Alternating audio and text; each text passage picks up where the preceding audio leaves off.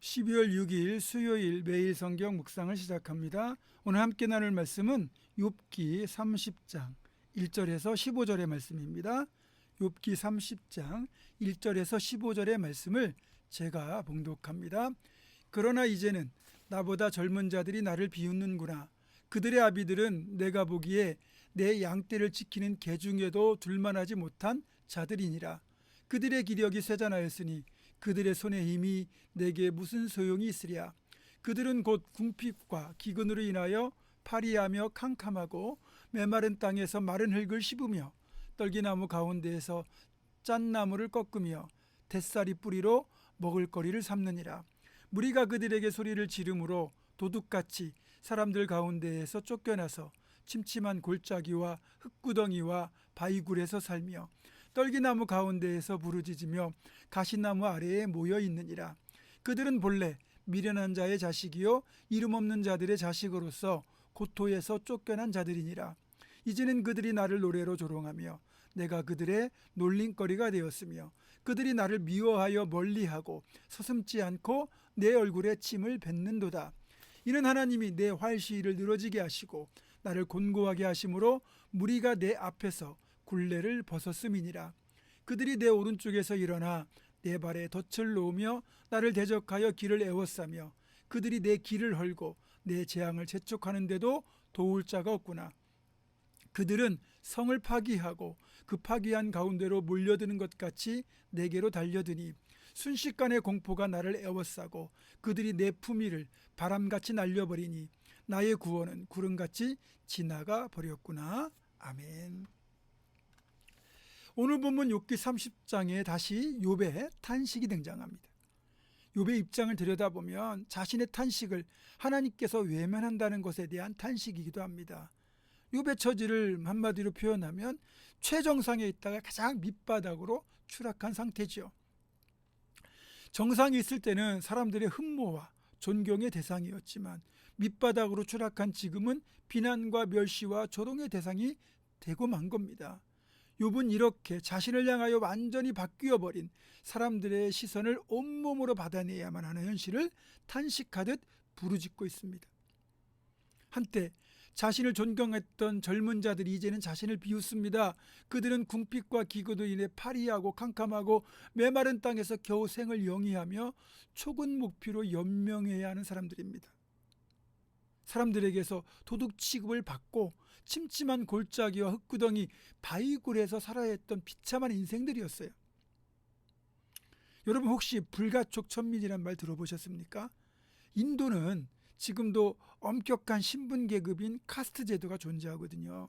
카스트 제도는 승려의 신분인 브라만 계급, 그리고 왕족이나 귀족 계급인 크샤트리아 계급, 또 상인에 해당되는 바이샤 계급, 일반 평민들과 천민으로 이루어진 가장 하층 계급인 수드라 계급으로 이루어집니다. 이렇게 4개의 계급으로 구분이 되는데, 그런데 이 최하층인 수드라 계급에도 속하지 않는 소위 언터처블, 그러니까 불가촉 천민이 있는데, 불가촉 천민이라고 하는 이유는 이들과 닿기만 해도 부정해진다는 의미예요.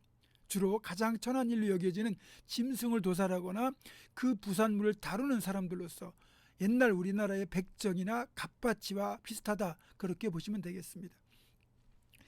지금 욥을 비웃고 있는 사람들은 그 당시 불가촉 천민과 같이 사람 취급도 받지 못하던 하층민들이었습니다.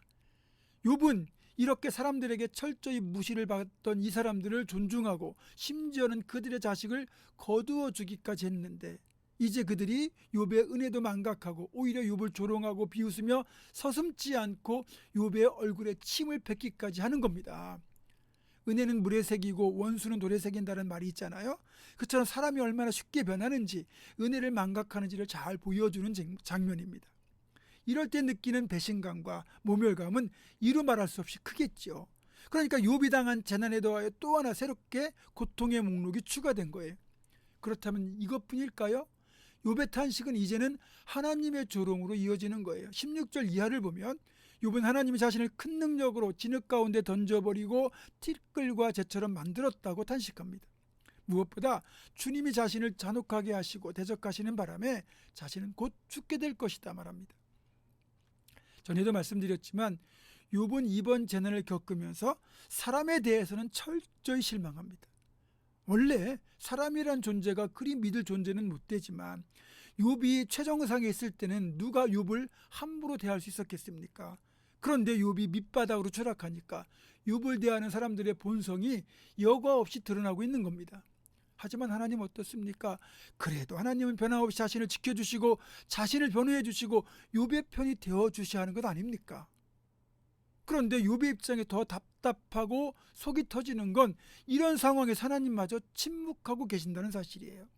그뿐 아니라 돌아가는 모든 정황을 보건대 이건 분명히 하나님께서 욥 자신을 대적하시고 잔혹하게 대하고 있다라는 결론에 욥이 이르게 된 겁니다. 이럴 때 하나님에게서 느끼는 상실감, 좀 심한 표현으로 배신감이 얼마나 크겠습니까? 사람에게서 느끼는 것보다 더 클 겁니다.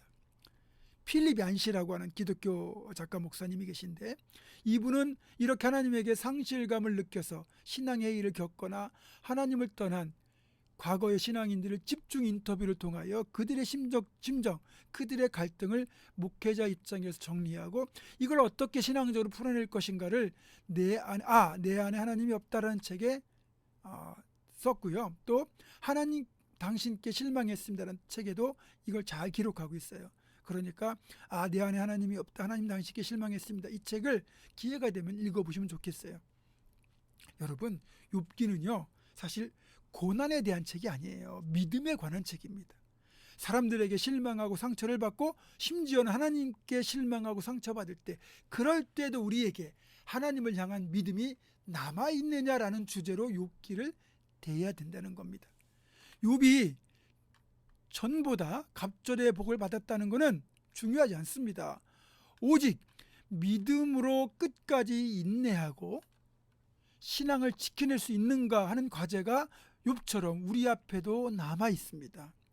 혹시 우리가 살아가는 날 동안 또 살아온 날 속에서 우리가 이해할 수 없는 고난과 고비가 있겠지만 분명한 건 거기에는 우리가 알 수 없는 하나님의 섭리가 들어있다는 거지요.